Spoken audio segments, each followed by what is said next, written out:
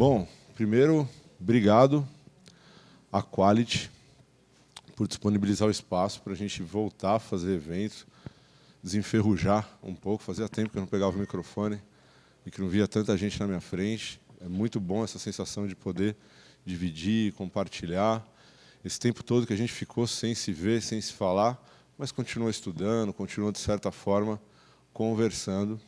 A Performance, obrigado, parabéns pela iniciativa. Eu sempre falo que toda iniciativa que fomenta a ciência, ela é muito bem-vinda, ainda mais quando ela parte da indústria, e isso é super bem-vindo.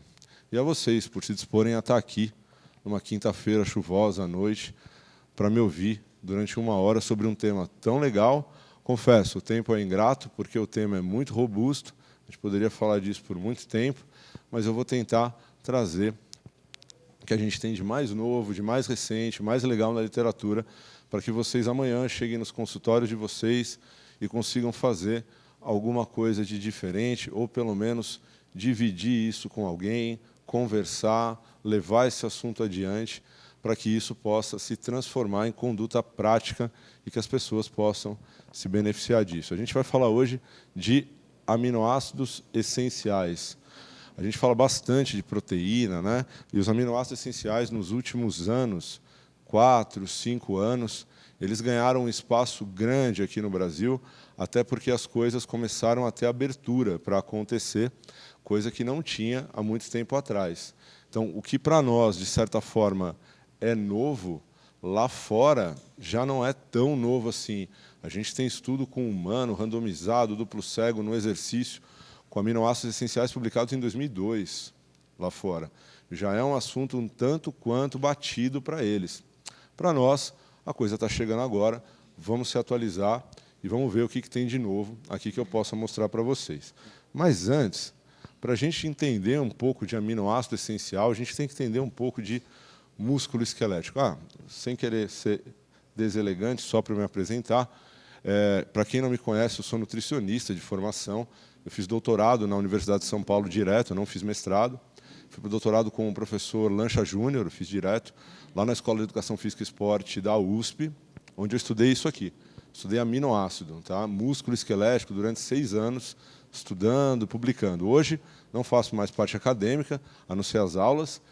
Hoje eu coordeno o departamento de nutrição da Care Club, que é um centro de performance, estética, rendimento esportivo, referência aqui no Brasil. Nosso foco, obviamente, é nutrição esportiva, medicina do esporte, mas a gente acaba atendendo um pouco de tudo, porque tudo está ligado ao esporte. Lesão, saúde clínica e etc. Quem não conhece, eu convido a conhecer a Care Club, nosso centro de referência em medicina do esporte, e a equipe de nutrição que está alocada em todas essas unidades que eu tenho a oportunidade de coordenar. Tá?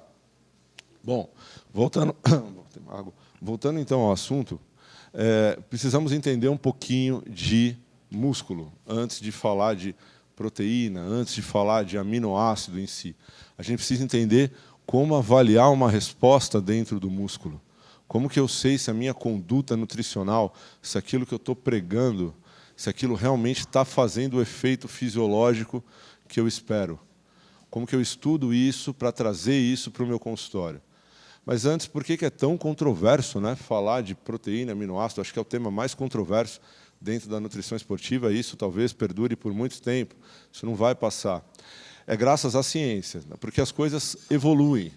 E proteína, aminoácido, a gente está vivendo um momento agora onde a metodologia dos estudos, já fazem uns 3, 4 anos, ela está sendo renovada. O que antes a gente não conseguia enxergar nos estudos, hoje a gente consegue. Então, é natural que você escute falar de uma dose diferente, de um protocolo de suplementação diferente. Vai levar um tempo ainda até a gente se habituar com tudo isso. Para a gente entender, portanto, de aminoácido, protocolo de suplementação, a gente precisa entender primeiro com quem que a gente está lidando e como que a gente vai enxergar esse resultado na prática. É muito comum a gente ver discordância na literatura com proteína, por exemplo. Vejam só, e grande parte dessas discordâncias ela se deve a isso aqui. A forma de ingestão proteica, normalmente os estudos trabalham com período pós-exercício, pós-treino, tá? E eles usam diversas fontes, né? Whey hidrolisado, whey isolado, caseína micelar, caseinato de cálcio. Mais recentemente, as proteínas de origem vegetal têm ganhado um espaço muito grande na literatura. Esses dias, lá no grupo de estudos de nutrição da Care, eu levantei um artigo para mostrar para eles proteína dos insetos, inseto como fonte proteica também. Já tem estudo clínico randomizado, duplo cego, crossover sobre isso, tá? Que para nós é estranho, mas para outras culturas talvez nem tanto. Mas já existe isso. Então, tem várias formas de administração. Esse é um primeiro argumento. E aí, se a gente faz uma comparação muito rápida na literatura, vejam só, se eu comparar o whey protein com caseína micelar, esses estudos aqui de baixo eles dizem que o whey protein é superior à responsividade muscular em comparação à caseína micelar. Mas tem estudo que fala que, se eu comparo o whey com caseinato de cálcio, a resposta é igual. Então, você vai falar whey versus caseína, o que é melhor? Depende. Qual caseína você está falando? Para quem você está falando? E que tipo de resposta você está esperando observar com isso? Tá?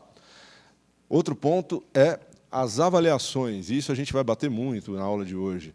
Uma coisa é eu avaliar um sujeito 2 horas após o exercício. Outra coisa é avaliar ele 6 horas após o exercício. 6 horas eu estou dando tempo e oportunidade para certas coisas acontecerem. Com 2 horas, não. É óbvio que proteínas, por exemplo, de rápida digestão, rápida absorção, elas vão se beneficiar no intervalo mais curto. O que não quer dizer que a proteína de digestão lenta e menos acelerada não faça efeito. Talvez você não deu tempo para ela responder e você foi injusto na comparação. A forma como você avalia a resposta anabólica também é diferente. Uma coisa é eu avaliar o impacto de uma ingestão de aminoácido e de proteína sobre a síntese proteica muscular. A gente vai ver isso com bastante detalhe daqui a pouco. Outra coisa é eu ver o balanço proteico corporal. Vejam só, imagine que vocês vão para uma sessão de treino na academia e vocês façam um treino de membro inferior, agachamento. Tá? É esperado que só esse músculo se beneficie? Ou será que treinar esse músculo não impacta no corpo como um todo? Então, uma coisa é você olhar só o quanto esse músculo está respondendo. Outra coisa é você olhar o balanço proteico corporal. E, antigamente, eu estou falando de 5, 8 anos atrás, a gente não tinha metodologia para olhar o balanço proteico corporal. Hoje a gente tem. Então, aquela dose de 25, 30 gramas de whey protein que se falava no pós-treino, já não se usa há muito tempo. Hoje já tem estudo, e eu vou mostrar, falando de 70 gramas de proteína depois do exercício. E que 25 é melhor que 40 é melhor que 25 e 70 é melhor que 40. Mas por que nunca ninguém falou isso antes? Porque a gente não conseguia enxergar isso antes. A gente não tinha metodologia para isso. A gente olhava exclusivamente para um local, para aquele músculo específico. E quando a gente começou a olhar para o corpo inteiro, a gente falou, opa, espera aí, se aumentar a dose, o benefício é maior. A gente não tem que olhar só para aquele tecido. Essa é uma alteração metodológica bem importante que tem acontecido. Tá? Nossa, mas eu nunca ouvi falar disso. É super normal, a coisa é recente. E não é porque você não ouviu falar que você está... Não, nada disso. A gente está aqui para trocar informação e se atualizar de uma maneira bem tranquila. Obrigado, cara.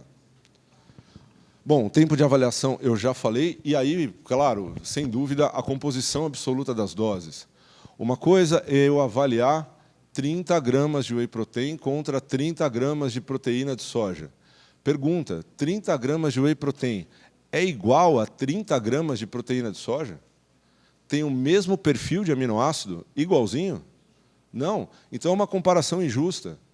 Eu deveria fazer quanto eu tenho que dar de proteína de soja para ter a mesma dosagem equivalente de aminoácidos essenciais para eu comparar com aquela dose de whey protein. Deu para entender? Essa é a comparação que tem que ser feita. E os estudos mais recentes começam a fazer essa equivalência de comparação. E começa-se a perceber que não existe a melhor fonte proteica. Existe a melhor dose para aquela fonte proteica, naquele tempo de resposta, para aquela resposta fisiológica que você espera. Tá? Muito bem. Vamos entender um pouco sobre isso, então. Vamos falar um pouco de turnover proteico e como o músculo se comporta. Tá? Se vocês abrem o livro de Fisiologia do Exercício, do McArdle, todo mundo já fez isso, acredito eu. Ele sempre fala, pegando por referência um homem de 70 quilos, ele não faz isso? O homem que nunca ninguém viu. Não é? Pegando um homem de 70 quilos, ele fala que esse homem invisível ele tem aproximadamente 12 quilos de proteína na tua composição corporal. Claro que isso é um modelo teórico, não embasado, isso aqui é um exemplo didático para ele exemplificar as coisas. E nesses 12 quilos de proteína, que são polímeros de aminoácidos, essa é a função das proteínas, cerca de 220 gramas são aminoácidos livres, ou seja, que estão circulando pelo sistema. Isso é chamado de aminoacidemia, é a concentração de aminoácido no sangue. Tá?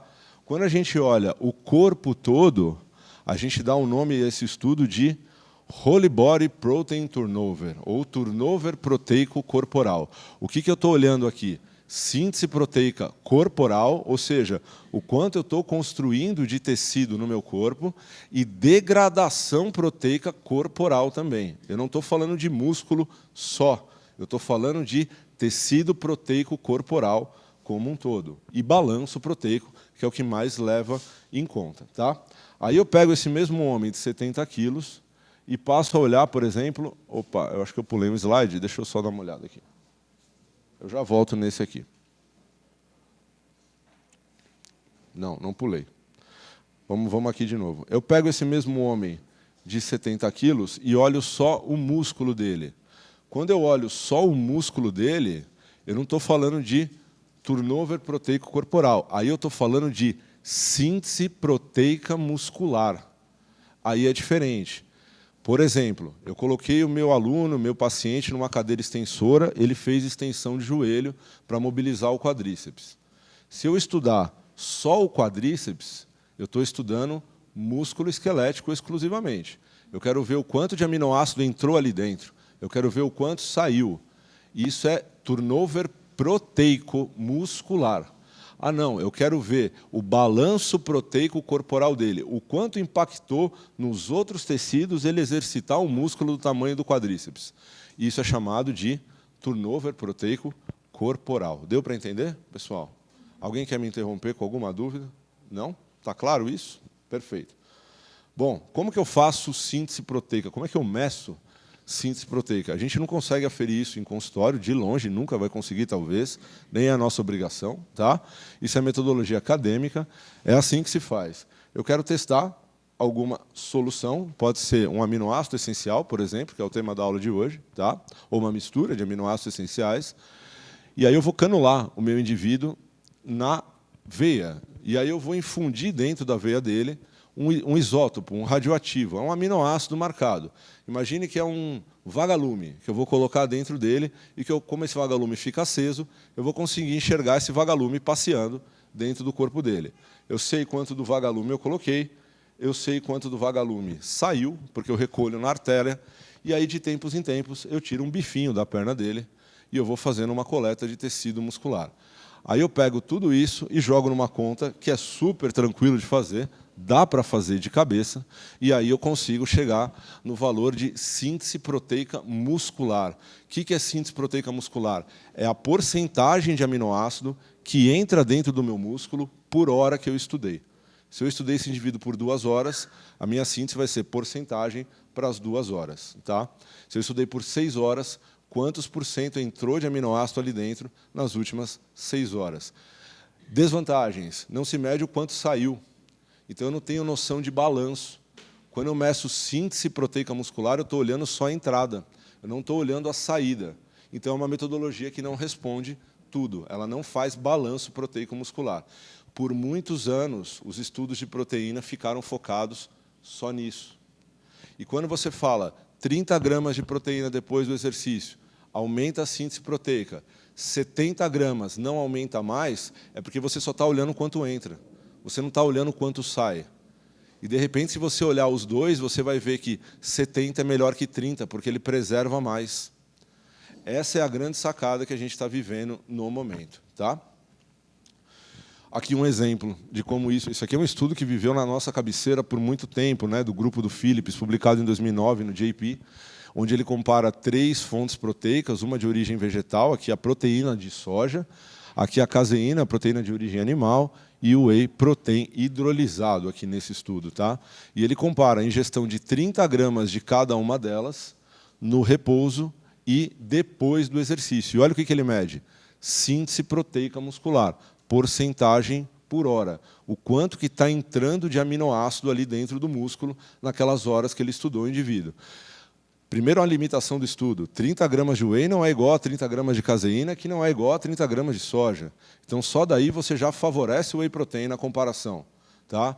Segundo, o tempo de avaliação. 2 horas para um whey protein é excelente, afinal, com meia hora você tem pico plasmático de aminoácido, tudo absorve. Caseína demora, soja demora mais ainda. Tá? E aí a conclusão desse estudo foi: proteínas de rápida digestão e de rápida absorção são mais favoráveis à síntese proteica do que as proteínas lentas. Conclusão errada. Proteínas de rápida digestão respondem mais rápido e têm mais aminoácido essencial dentro delas. Por isso que a resposta é mais precoce, o que não quer dizer que essas duas não sejam eficazes. Então, essas limitações que a gente viveu e ainda vive, porque muito do que a gente escuta ainda é baseado nisso, isso está começando, já há uns 5 anos, a mudar. Tá? Bom, e aí, trazendo um modelo um pouco mais abrangente para vocês, isso aqui não se apeguem aos tempos, por favor. Tá? Isso aqui é didático, é só para a gente dar aula que esses tempos aqui funcionam. Isso daqui é como o músculo responde em termos de balanço proteico, o teu corpo também, não só o músculo, mas o corpo como um todo. Tá? A gente tem 2 curvas sendo sobrepostas aqui. Essa curva preenchida, que é chamada de síntese proteica muscular, poderia ser balanço proteico corporal também, não precisaria ser a síntese só do músculo. Tá? E essa MPB, que é a Muscle Protein Breakdown, que seria a degradação proteica muscular ou a degradação proteica corporal. O que ele mostra aqui para vocês? Que proteína e aminoácido são nutrientes que estão envolvidos na construção e não na degradação. Tá? Proteína não é e nunca foi anticatabólico, essa não é a função dela. Afinal, se você pegar a composição de um aminoácido, 16% da estrutura dele é nitrogênio, carbono, hidrogênio, oxigênio, nitrogênio. 16% da estrutura de um aminoácido é nitrogênio. Qual a função do nitrogênio no corpo humano? Construir ou reparar tecido, não é fornecer energia, é uma função terciária do aminoácido fornecer energia. Tá? Então, proteína está muito mais envolvido com o processo de construção. Perfeito. Aqui. Agora, se síntese proteica muscular é isso, o que é hipertrofia muscular? São coisas totalmente diferentes. Síntese proteica é a entrada de aminoácido no músculo, não tem nada a ver com o tamanho. É o quanto que o músculo capta de aminoácido para dentro dele, porcentagem por hora. Hipertrofia é uma medida de tamanho, não é uma medida morfológica, não é uma medida dinâmica. Quando você mede quanto de aminoácido está entrando porcentagem por hora, é dinâmico, está acontecendo. Ele está entrando, ele está saindo. Hipertrofia é uma foto, é uma medida estática, é uma medida de tamanho. Esse é um outro erro conceitual. Muitas vezes a gente pega a informação com síntese proteica e fala: não, aumenta a hipertrofia. Não, é síntese proteica. Síntese proteica não tem nada a ver com hipertrofia. Vejam, o nosso músculo esquelético, claro, ele é feito de proteína, mas 60% a 80% do conteúdo interno do músculo é água. E aminoácido não atrai água para dentro do músculo. Se eu quero aumentar o tamanho do músculo, o que eu preciso colocar lá dentro, pessoal? Fala água que vocês acertam. O que eu preciso colocar lá dentro? Água, água. Não, perfeito. Mas o que atrai a água para dentro do músculo? Glicose. Glicose é o maior atrator de água. Então, quando a gente fala de dietas de hipertrofia ou suplementação para hipertrofia, é óbvio que você tem que considerar proteína e aminoácido, porque a estrutura do tecido ela tem que ser forte. E a proteína ela confere isso. Proteína é a função contrátil do músculo, é força. Tá? É a estrutura do negócio. O conteúdo interno é uma bexiga feita de água. O conteúdo interno é água e depende muito de glicogênio. Para aumentar o volume, a gente precisa de glicogênio, fosfato e etc. Aqui, por exemplo, creatina é um nutriente que atrai água. Para cada molécula de glicose que entra no músculo, entra 3,14 de água. Tá? Então, ele é um atrator de água. Percebe a diferença de síntese proteica e hipertrofia? Síntese proteica é uma medida dinâmica. que marca a entrada de aminoácidos dentro do músculo. Hipertrofia é uma medida de tamanho. Síntese proteica, a gente consegue medir agora se uma pessoa tomar um whey protein ou a mistura de aminoácidos aqui. A gente já consegue começar a medir, ela já vai acontecer. Hipertrofia é uma medida crônica, demora semanas para ela acontecer. São coisas totalmente distintas. Tá?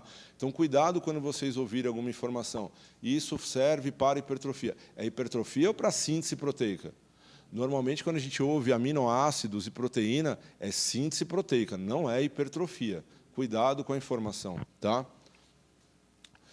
Isso é um músculo. Tá? Isso aqui é 1 quilo de tecido muscular. Eu pedi para nossa estagiária Patrícia lá tirar uma foto segurando para vocês terem noção do tamanho. Isso é 1 quilo de músculo esquelético. É muito difícil você construir isso aqui somente com proteína, porque 60% a 80% disso é água, glicogênio, fosfato e etc. Tá? A estrutura contrátil dele é feita a partir de aminoácidos. Perfeito? Isso é uma medida de hipertrofia. É uma foto. É quando você faz uma ressonância magnética ou uma tomografia, por exemplo, aí você tem a área de secção transversa da perna. Isso aqui é uma perna, tá? Esse osso aqui é o fêmur. Aí você tem a área de secção transversa, que é essa borda. Isso aqui é como se fosse a circunferência da perna da pessoa. Essa área cinza aqui é o músculo. Para você falar que uma pessoa hipertrofiou, você precisa circular essa área aqui e medir essa área de secção transversa muscular e falar, olha, o teu músculo aumentou em tantos centímetros quadrados nas últimas tantas semanas. Tá? Ou fazer isso aqui, tá? Circular o reto femoral ou vasto lateral, e aí você tem uma foto do músculo. Isso é hipertrofia. No consultório, a gente não mede hipertrofia. A gente mede massa gorda e massa livre de gordura. E supõe-se que o aumento de massa livre de gordura decorre do aumento de massa muscular, mas a gente não mede hipertrofia. Hipertrofia é uma medida de imagem, é uma foto. Tá? Síntese proteica é uma medida dinâmica de entrada de aminoácidos no músculo. Muito bom. Feito tudo isso, o que a gente vai ver hoje, então? Isso foi só uma introdução. Tá? Bom, eu separei alguns tópicos aqui para vocês. O primeiro deles é, vamos comparar proteína nesse contexto de síntese proteica e etc., contra aminoácidos essenciais. É o que os estudos mais recentes têm feito. Tá? Em vários modelos. Modelos de anabolismo, modelos de déficit calórico, por exemplo. Tem 2 estudos bem legais que eu separei aqui com déficit calórico. Vamos falar um pouquinho da classificação desses aminoácidos, tá? E o que seria essencial, não essencial, ou aminoácido funcional, como foi proposto há um tempo atrás. Eu só vou me basear em estudos clínicos randomizados, controlados por placebo e, quando possível, crossover. Não é sempre que é possível, já vou falar o que é isso, e duplo cego. Tá? Quando a gente vai comparar um aminoácido, veja só, eu vou estudar este produto aqui. Tá? É um produto feito de aminoácido, nitrogênio. Eu não posso ter como placebo maltodestrina. Não é aceitável isso. Como é que eu vou comparar nitrogênio com maltodestrina? Eu tenho que comparar nitrogênio com nitrogênio, gordura com gordura.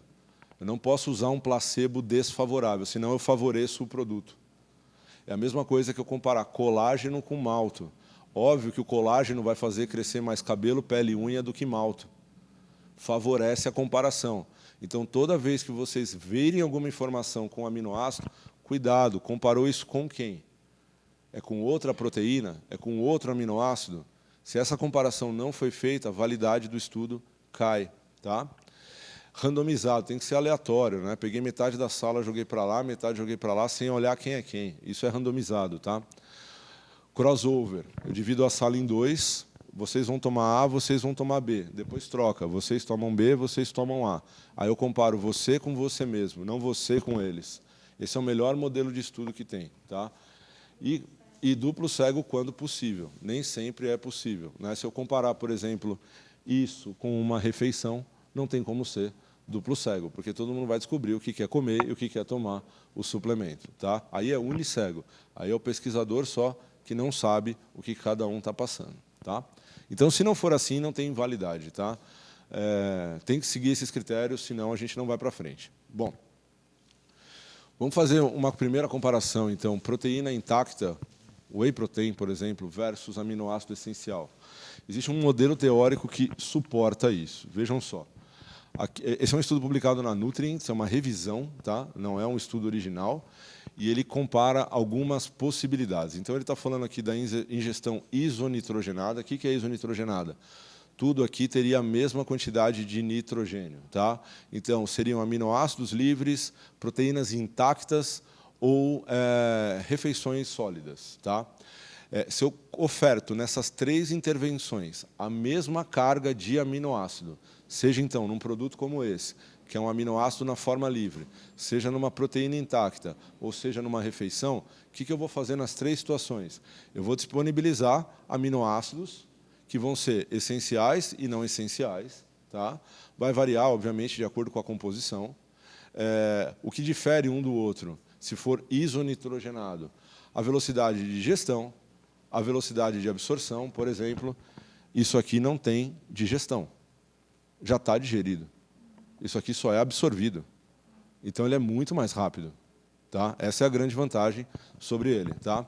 Eu consigo disponibilizar aminoácidos extracelulares, ou seja, no sangue, eu consigo fazer isso de uma forma mais rápida, e aí eu atuo sobre a síntese proteica muscular, balanço proteico corporal, como queiram. Tá?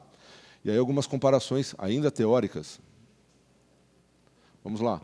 Aqui seria a curva de aminoacidemia, ou seja, a velocidade que as coisas chegam no sangue. Tá?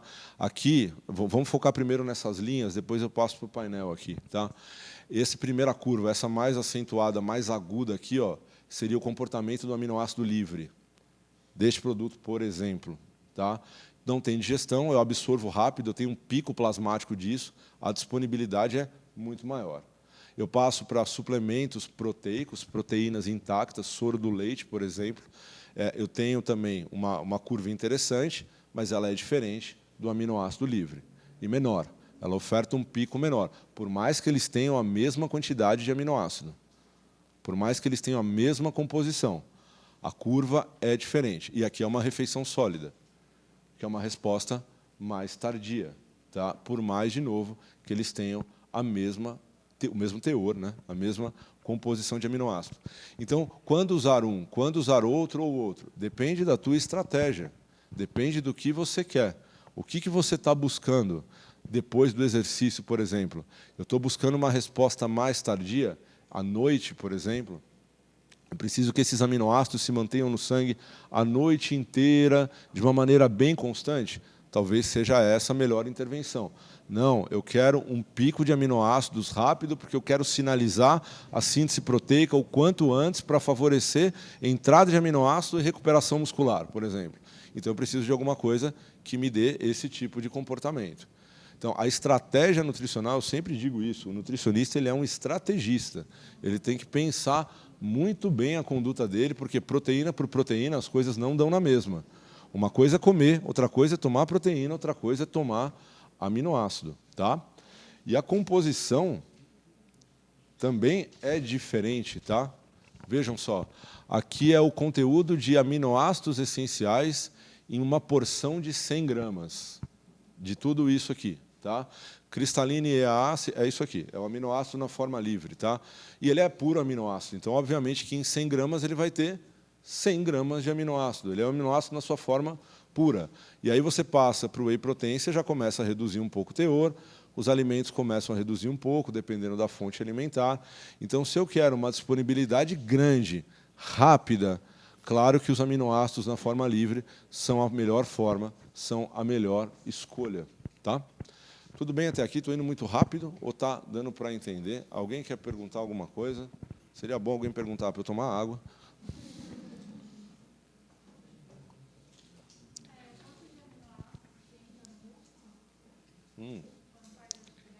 Depende da dose de proteína que você oferta. Depende da disponibilidade que você oferta. Ó, essa curva fala um pouco disso. Ó. Se eu disponibilizei mais aminoácido, obviamente que tem mais para entrar. Se eu disponibilizei um pouco menos, vai ter menos para entrar. Tá? Esse painelzinho aqui que eu não falei, isso aqui é a área abaixo da curva. Então, imagine que eu estou vendo essa curva aqui, ó, tá? A maior. Estou vendo essa área aqui embaixo, essa barra. Tá? É para ver quem disponibiliza mais em função do tempo. Então, sem dúvida, são os aminoácidos essenciais, tá? Muito bem, só para a gente não deixar passar, é importante quando a gente fala de aminoácido essencial, a gente sabe do que a gente está falando. A gente está falando de aminoácidos, obviamente, que o nosso organismo não consegue produzir a partir do esqueleto de carbono, tá? A gente está falando de aminoácidos que a gente precisa ingerir.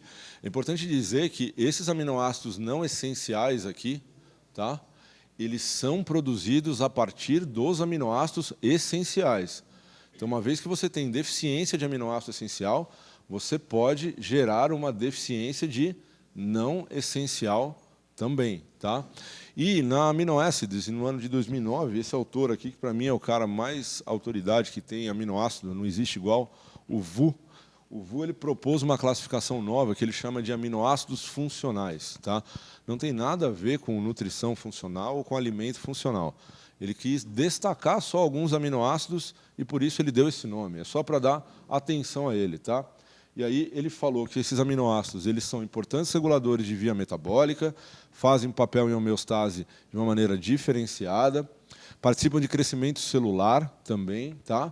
Reprodução, imunidade, e aí ele falou que estes são, para ele, na classificação dele lá de 2009, os aminoácidos funcionais. Se a gente for olhar aqui, boa parte deles, a grande maioria, é tido como aminoácido essencial. Tá? Fazem parte dos essenciais, com exceção da arginina, que é condicionalmente essencial. Ela é essencial até o primeiro ano de vida, depois ela passa a ser não essencial. Ela pode voltar a ser essencial em algumas condições clínicas, mas, naturalmente, ela é condicionalmente essencial. Tá? Bom, agora vamos entrar no que nos interessa, que são os estudos clínicos. Bom, eu separei alguns aqui para vocês, até porque o tempo não permite eu falar de todos, mas eu trouxe uns bem recentes. Esse aqui, por exemplo, é deste ano, de 2021. Tudo bem aí? De 2021, e ele fala sobre a utilização de aminoácidos essenciais em modelos de restrição calórica. Tá? Eu acho isso extremamente importante e interessante, porque hoje em dia o grande foco que a gente tem, me desmintam se eu estiver errado, é emagrecimento no consultório. Estou certo? Sim, e a gente trabalha muito com déficit calórico. A nossa principal estratégia é o déficit calórico. E dentro do déficit calórico, a gente tem a nossa preocupação, que é massa magra. Como é que a massa magra se comporta dentro de uma situação de déficit calórico crônico? Talvez a gente tenha uma solução aqui hoje. Vejam. Eu sempre vou deixar aqui destacado, tá? Qual que é a pergunta do estudo em todos os slides para vocês não esquecerem dele. Esse estudo ele fez a seguinte pergunta: se eu consumir aminoácidos essenciais acima de uma dose usual, eu consigo aumentar a síntese proteica corporal ou muscular após um período de déficit calórico? Ele não fez durante, tá? Ele fez depois de um período de déficit calórico. Então imagina que você submete um paciente a um período de déficit, mas depois você quer recuperar a massa magra dele, talvez ele perdeu massa muscular de uma maneira muito acentuada, e você quer ter uma estratégia para fazer isso com ele no período pós-restrição. Tá? Vejam o que eles fizeram. Bom, importante destacar que é um estudo randomizado, duplo cego e crossover. Tá? São 19 homens saudáveis com essa média de idade. Por que eu mostro tudo isso? Uma pausa, um parênteses aqui. Estudos clínicos, eles não são feitos para comprovar. Tá? Quando alguém falar assim para vocês, estudos comprovam. Se o estudo comprovou, acabou o assunto. Não tem que falar dele nunca mais. Ele comprovou. Estudos indicam. Tá? Estudos são indicadores. Eles indicam que algumas coisas podem funcionar em algumas situações e em outras não. Qual que é o nosso papel quando a gente olha alguma coisa dessa? É olhar como foi feito, em quem foi, e aí quando tiver uma pessoa na tua frente que se parece com isso, você vai falar, opa, dá para eu tentar trazer isso para a vida dela, mudando as coisas com todo o bom senso do mundo. Tá? Por que nunca vai haver consenso quanto a isso? Porque eu leio um estudo desse, eu tenho uma interpretação. Ele vai ler, ele vai ter outra, que pode estar certa também, mas é diferente da minha. A forma como a gente pega isso e leva para a vida das pessoas é o bom senso clínico. Se a gente vai pegar essa informação e sair replicando com todo mundo, é falta de bom senso. Se a gente vai pegar essa informação, vai debater um pouco, absorver isso, e com cautela a gente vai começar a introduzir isso na vida das pessoas, eu acredito que esse seja o melhor caminho. Tá? Então, são pessoas saudáveis, vejam bem, são pessoas saudáveis, com uma média de idade de 18 a 35 anos, são adultos, tá? Que faziam treino de força, tá? Há pelo menos 6 meses, treinando pelo menos 2 sessões por semana. Não são pessoas sedentárias. Tá? Eles faziam 2 períodos de déficit calórico. Cada um desses períodos durava 5 dias. É agudo. Tá? Como que eles faziam a restrição calórica? Eles tiravam 30% do consumo habitual das pessoas. É um modelo bem clássico da literatura. Fazer a pessoa comer 30% menos do que ela já come. Eu vou mostrar os números da dieta para vocês também. É bem interessante esse estudo. 2 protocolos de suplementação de aminoácido essencial. O primeiro deles, eles ingeriam 0,10 gramas por quilo por dose. Tá? Esse é o protocolo baixo, de menor consumo. O segundo, o triplo, 0,3 gramas por quilo por dose. Tá? O consumo era feito em 2 momentos, tá? No repouso e depois do treino de força. Vou mostrar para vocês como é que eles faziam isso. Olha só. Se alguém não entender, fala que eu volto, senão não vai entender o resto. Tá? Então imagina, olha só. As pessoas fazem 3 dias de dieta de manutenção. Por quê? Para elas ficarem mais parecidas umas com as outras. Para não ter tanta diferença do consumo alimentar habitual. Passou os 3 dias de dieta de manutenção, elas fazem 5 dias de déficit calórico. Passou 5 dias de déficit calórico, ele testa a primeira dose. 0,10 gramas por quilo. Deu para entender? Legal. Aí ele vê o quê? Balanço proteico corporal. Ó. Whole Body Protein Turnover. Lembra que eu mostrei isso no começo? Balanço proteico corporal. Aí ele pega essas pessoas, dá 2 semanas de folga para elas, aí elas voltam, aí elas fazem mais 3 dias de dieta de manutenção, mais 5 dias de déficit calórico, aí eles testam a outra dose. Deu para entender? Fácil, né? Boa. E aí o que acontece? Olha que legal. Ah, esses são os números da dieta. Para quem gosta de calcular a dieta, como eu, de ficar olhando o número, distribuição, time, isso aqui é muito legal. Então isso aqui, ó, é a dieta habitual, aqueles 3 dias. O pessoal comia bem, viu? 2.400 calorias, né? É bastante coisa, se for comida, né? 2.400 calorias é comida para dedéu. E aí, no período de restrição calórica, eles comiam cerca de 1.600 calorias. Tá? Essa era a restrição que se fazia. Tá? De 2.500 para uma restrição de 1.600. Agora, olha que interessante.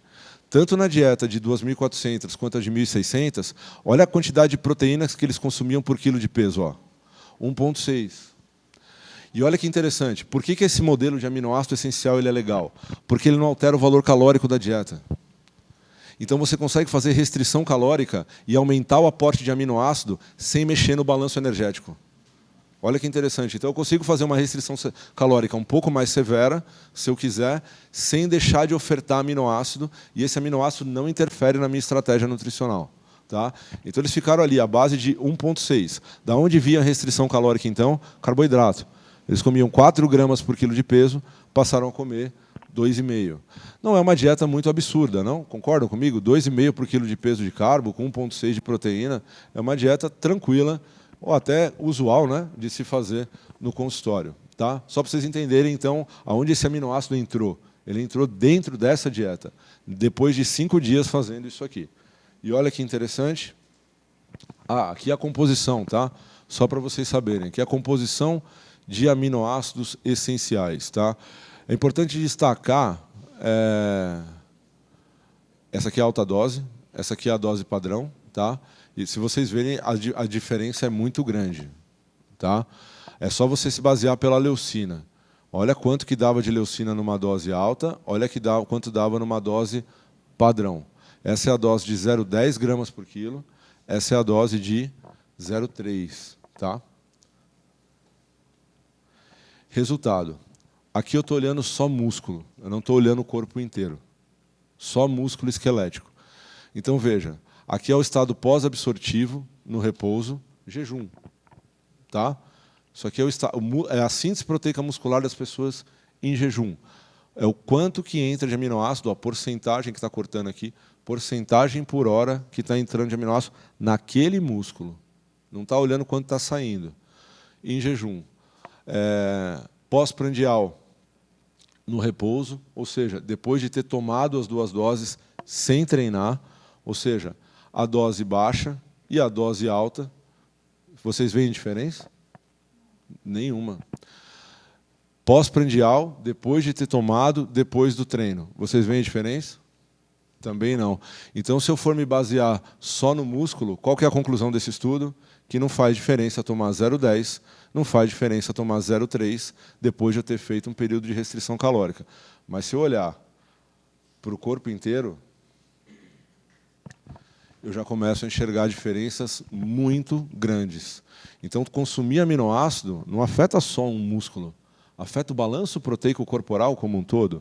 E se vocês olharem aqui, ó, o Whole Body Net Balance, ou seja, o balanço proteico corporal, olha a dose de 0,3, olha a dose de 0,1. Faz muita diferença.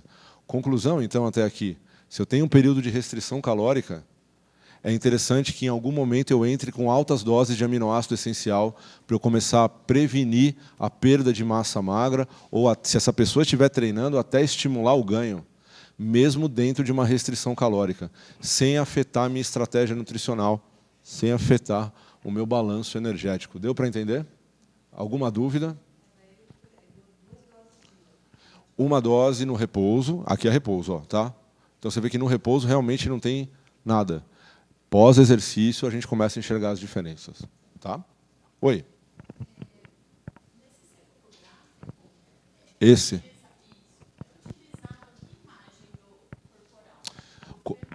Não, não. Como que se faz balanço proteico corporal?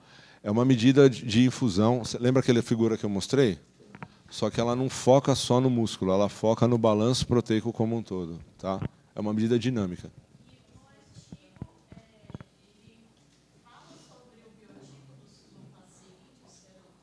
Uhum.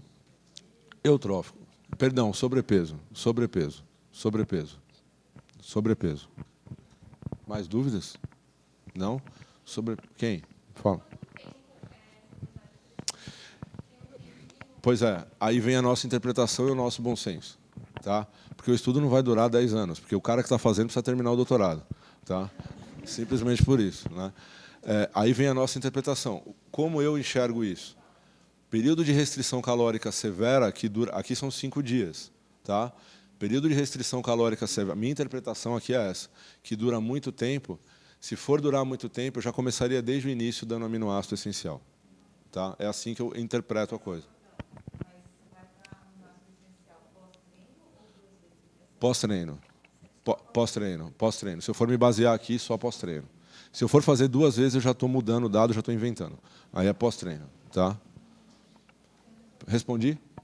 Sim? Beleza.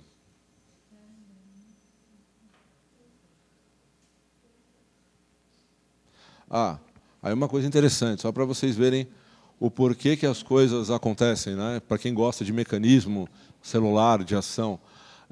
Claro que quando você consome uma dose maior, você tem mais aminoácido disponível no sangue. A aminoacidemia ela é maior, obviamente que chega mais aminoácido no músculo, é por isso que a síntese aumenta.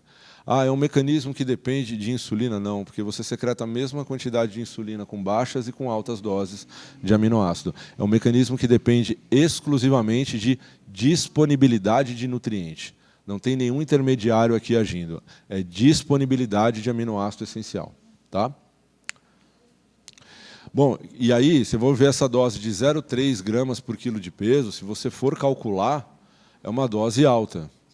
É alta, até assusta um pouco.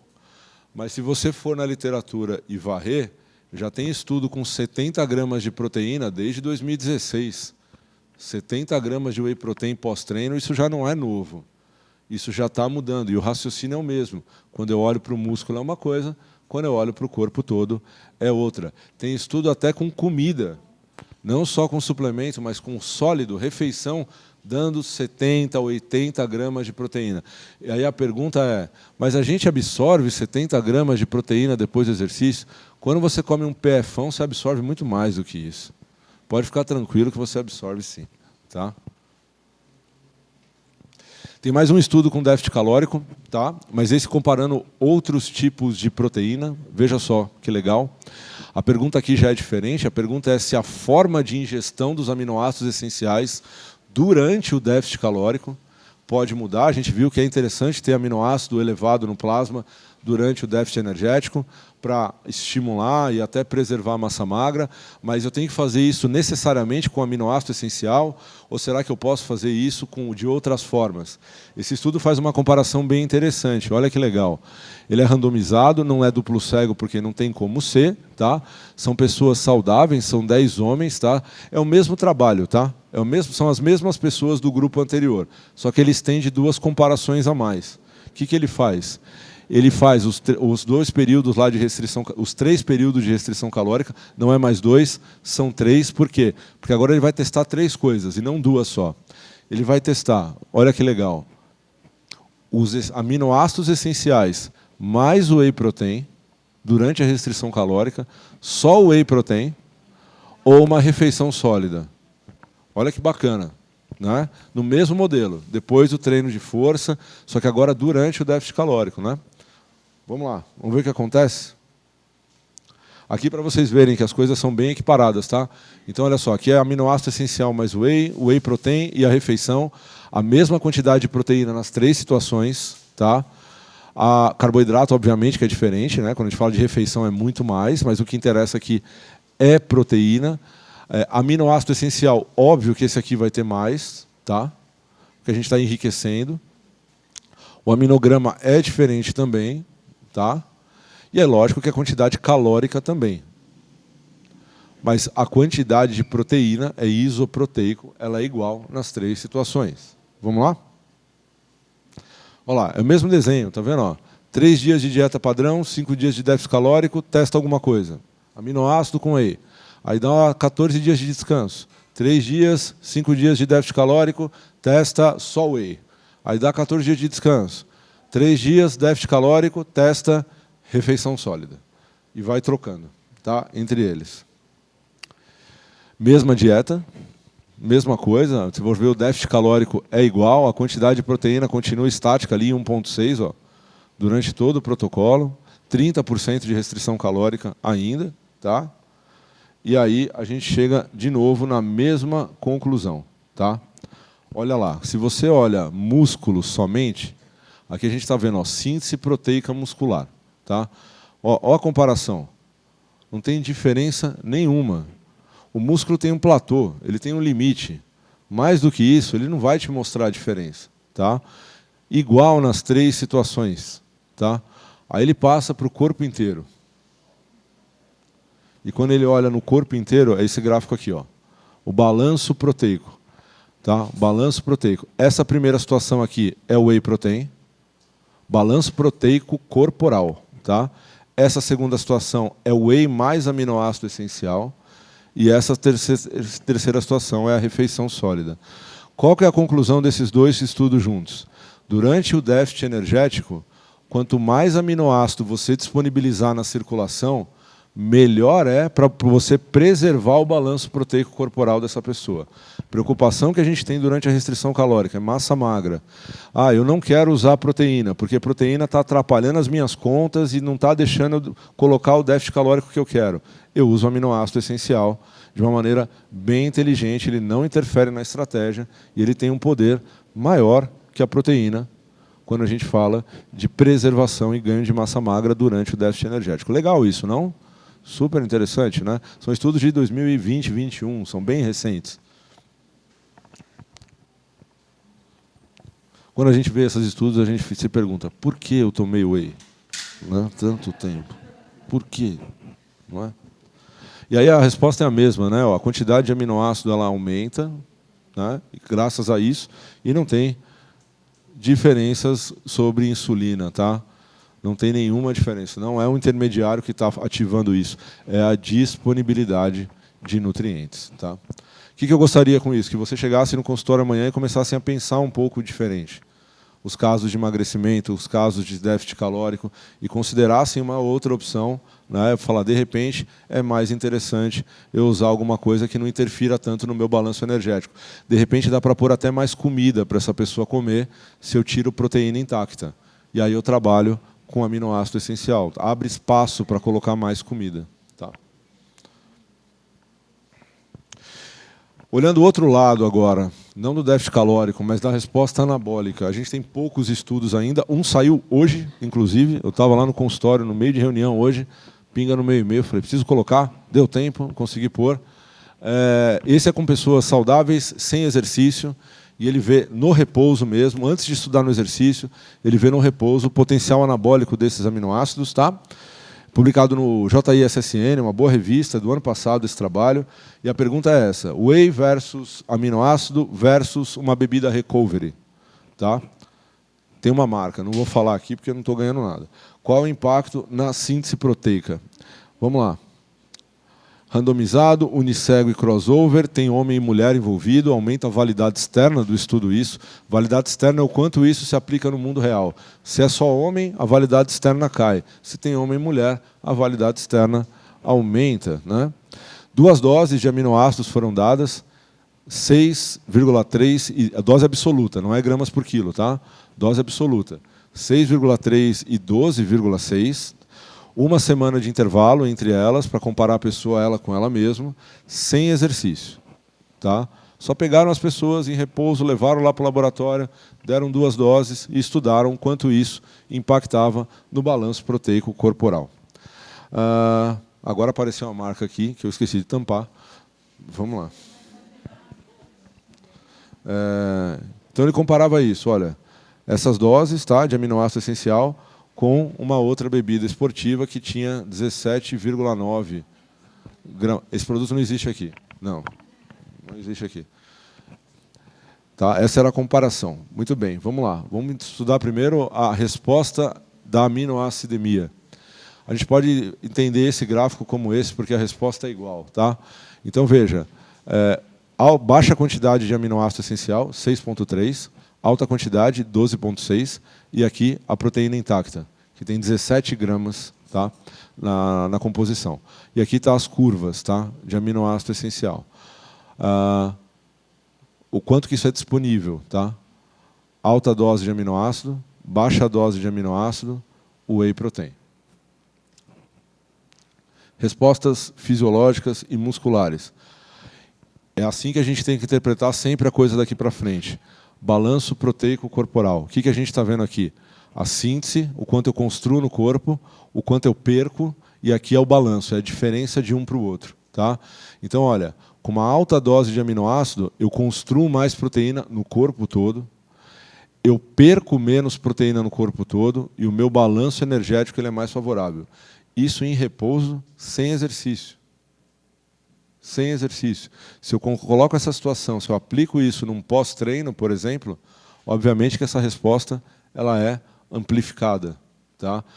Não quer dizer que as outras 2 situações elas não funcionem. Funcionam. Todas funcionaram. Mas o que a gente tem uma resposta mais expressiva é com o aminoácido essencial. Tá? E aí, quando eu olho para a síntese proteica muscular só, e eu comparo as 3 situações, ó, as 3 são iguais. Não tem diferença nenhuma. Então, durante muito tempo, vou ser redundante nisso, a gente ouviu muita coisa baseado só nisso aqui.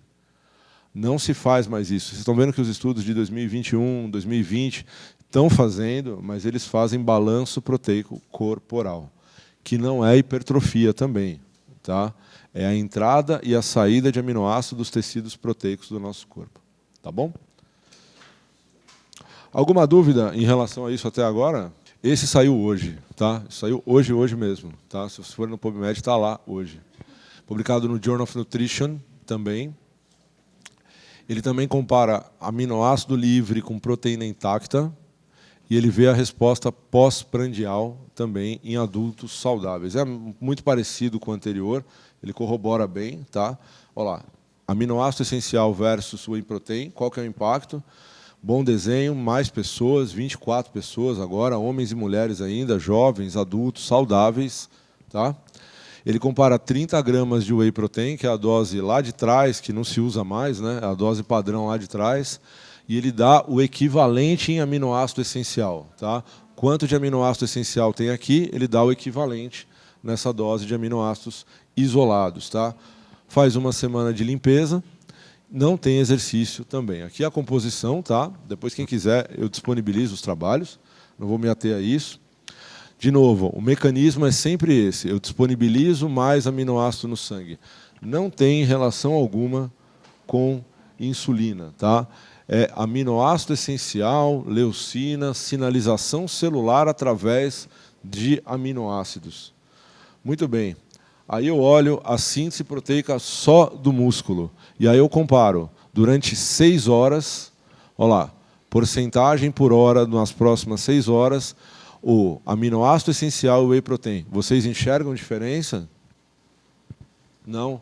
Se ele fosse parar aqui, qual que é a conclusão do estudo? Não tem diferença consumir o whey ou aminoácido essencial sobre a síntese proteica muscular. Sobre a síntese proteica muscular, realmente não tem. Mas quando eu olho sobre o balanço proteico corporal, eu começo a enxergar maior efeito com aminoácidos livres. Tá? Você vê a sequência de estudos que a gente está tendo nos últimos 2 anos que corrobora bastante essa resposta. Tem um estudo terapêutico que eu fiz questão de trazer, tá? É paciente com doença pulmonar obstrutiva crônica, é um modelo de atrofia muscular, é um modelo de perda severa, difícil de tratar. E aí ele faz 3 perguntas nesse estudo. Tá? Se eu comparar aminoácido essencial mais uma mistura de essencial e não essencial sobre o metabolismo proteico, são idosos, no caso, que estão aqui, tá, no trabalho, se a resposta é diferente em idoso saudável e idoso com DPOC, e se a alta concentração de leucina é o que explica o mecanismo pela qual os aminoácidos essenciais funcionam. Entendam isso aqui, ó, como whey protein, tá? É uma proteína completa, essencial e não essencial, uma proteína intacta, tá bom? Vamos lá, são 23 pacientes com DPOC moderada a severa, com idade média de 65 anos de idade, né? E aí ele compara com 19 idosos saudáveis. Eles foram estudados por 2 dias, até pela condição clínica não ser fácil de trabalhar, tá? 2 dias de estudo. A suplementação, esses aminoácidos essenciais, eles tinham 40% de leucina na composição deles, e essa proteína intacta tinha 24% de leucina. Ah, mas por que tem um tem mais e o outro tem menos? Porque a pergunta dele era essa. Se é a concentração de leucina que faz a diferença. Então ele dá uma dose maior e uma dose menor. Tá? As 2 doses, 7 e 14 gramas de aminoácido essencial. Tá? 7 e 14 gramas. Muito bem. Aqui tem as composições também, eu sempre mostro para não deixar dúvida. E aqui a gente tem as respostas. Aqui a gente está vendo, olha, idoso saudável, idoso com doença pulmonar, idoso com doença pulmonar. Tá? Concentração de aminoácido nesses idosos, concentração de leucina. Tá? Então, veja, quanto mais aminoácido eu dou, 14 gramas, mais chega. Quanto menos eu dou, menos chega. Quanto mais aminoácido eu dou, mais leucina chega. Tá? Nas 2 situações. Tá? Interessante ver que a curva num DPOC ela é diferente. Estão vendo? Olha como ela é menos expressiva. Ó. Talvez tenha relação com o que ela falou. Talvez isso tenha alguma inflamação que possa ter origem no enterócito e isso dificulta a absorção. Em teoria, é o que faria a diferença. Tá? Então, é para se considerar. Mas, mesmo assim, mesmo tendo uma absorção reduzida, absorve-se mais quando você dá mais, absorve-se menos quando você dá menos. Tá? Aí, a tabela com balanço proteico. Aqui vocês estão vendo, olha, a mistura de aminoácido, aqui é o whey protein. Tá? Degradação, síntese proteica, muito maior, tá? Em quem usa a mistura de aminoácidos, e o ganho proteico também muito maior em quem usa aminoácidos essenciais. E aqui embaixo ele dá o balanço, o net protein, né? O balanço proteico frente ao uso de aminoácidos essenciais maior tanto no idoso saudável quanto também no DPOC. Essa conduta para idoso parece ser bem interessante, né? Perda de paladar, perda de apetite, perda de fome, dificuldade de mastigação. Uma forma interessante de você aumentar aporte não proteico, mas aporte de aminoácido essencial para um idoso é você utilizar um produto dessa categoria. Tá? Passei do tempo, Patrícia. Mas eu vou terminar agora. Tá? Para finalizar, eu queria dar algumas dicas só para vocês, né? Do que fazer com tudo isso. É intenso, né? É um conhecimento muito novo, é muita informação para pouco tempo. Lá na Care, eu sempre procuro seguir esse tipo de conduta quando eu vou tentar levar algum estudo novo, alguma conduta nova. A gente tem grupo de estudos toda quarta, né? Toda quarta, 1h da tarde. Carol, quem mais está aqui da Care? A Larissa está aí, olha a Letícia ainda, que me aguentam todo dia. A gente tem grupo de estudo, a gente leva isso para o consultório, a gente leva isso para a prática, mas as premissas para isso tem que ser, por exemplo, há quanto tempo essa pessoa faz exercício sem interrupção? Aí vem as perguntas: quem prescreve e acompanha treino dessa pessoa? Como que é a divisão do treino e por que ele é dividido assim? Intensidade e volume e por que é dessa forma? Não é só como é, por que é dessa forma? Quanto tempo vai ficar isso? A evolução nos últimos meses ou nas últimas semanas. Maturidade e consciência corporal, que é uma coisa que eu não entendo até hoje o que é isso, né? Como é que estão os exames, os marcadores bioquímicos, composição corporal desse cara e a consciência alimentar que ele tem. Essas perguntas em vermelho, se vocês forem ver, 50% das perguntas que estão na tela. 50% das perguntas não estão dentro do consultório. A resposta está fora. Não é o paciente que vai me dar esse tipo de resposta. É um outro profissional. Por isso que eu venho sempre com jargão. Quem trabalha com esporte não trabalha sozinho. Se você atende sozinho no teu consultório, você não conversa com pelo menos 3, 4 treinadores no dia, 2 médicos do esporte, um fisioterapeuta e um ortopedista, você não trabalha com esporte. Você trabalha com saúde, qualidade de vida, estética, que é muito legal. Mas esporte, está aqui, as meninas não me deixam mentir, é impossível atender sozinho. É impossível. Esporte exige atuação multidisciplinar diária. É muito difícil atender esporte sozinho. Por isso que pega essa informação, não leva para casa, guarda, ou anota no caderno, ou guarda para você. Discute. Conversa de uma forma multidisciplinar. Isso aqui são alguns exemplos que a gente faz toda semana na Care Club. Isso aqui é quando eu fui para o congresso do meeting, e aí eu levei a equipe de nutrição da época para a Care Club, e a gente montou um meeting, dali que surgiu a Carol. A Carol saiu dali, a Carol me mandava mensagem no Instagram, quero trabalhar aí, quero trabalhar aí. Aí veio a Carol. Isso aqui é uma reunião clínica da Care Club que a Carol apresentou, não foi, Carol, nesse dia? Foi um caso clínico. Aqui tem ortopedista, fisioterapeuta, médico do esporte, nutricionista. É assim que se trabalha com o esporte, de uma maneira integrada. Isso aqui é uma reunião clínica lá da nutrição. Aqui tem médico do esporte, tem treinador aí no meio. A gente nunca atua sozinho quando a gente atua com esporte. Não dá, é impossível. Tá? Discute, conversa, divide. É assim que a informação vai ganhar mais robustez e você vai ficar mais seguro de usar. Ninguém chega a lugar nenhum na vida sozinho. Imagina no trabalho. É muito difícil, né? Esse é o grupo lá da Care. Essas são as meninas que estão não mais comigo sempre, porque agora elas se dividiram. Metade foi embora para outra unidade, metade ainda está aqui. Mas esse é o grupo de pesquisa. Nesse dia elas arregaçaram de comer esses bolos aqui. Elas comeram tudo, meu. Era aniversário de 2 delas. Esse é meu contato, pessoal. Espero que tenha ajudado vocês. Eu estou à disposição porque vocês precisarem. Obrigado.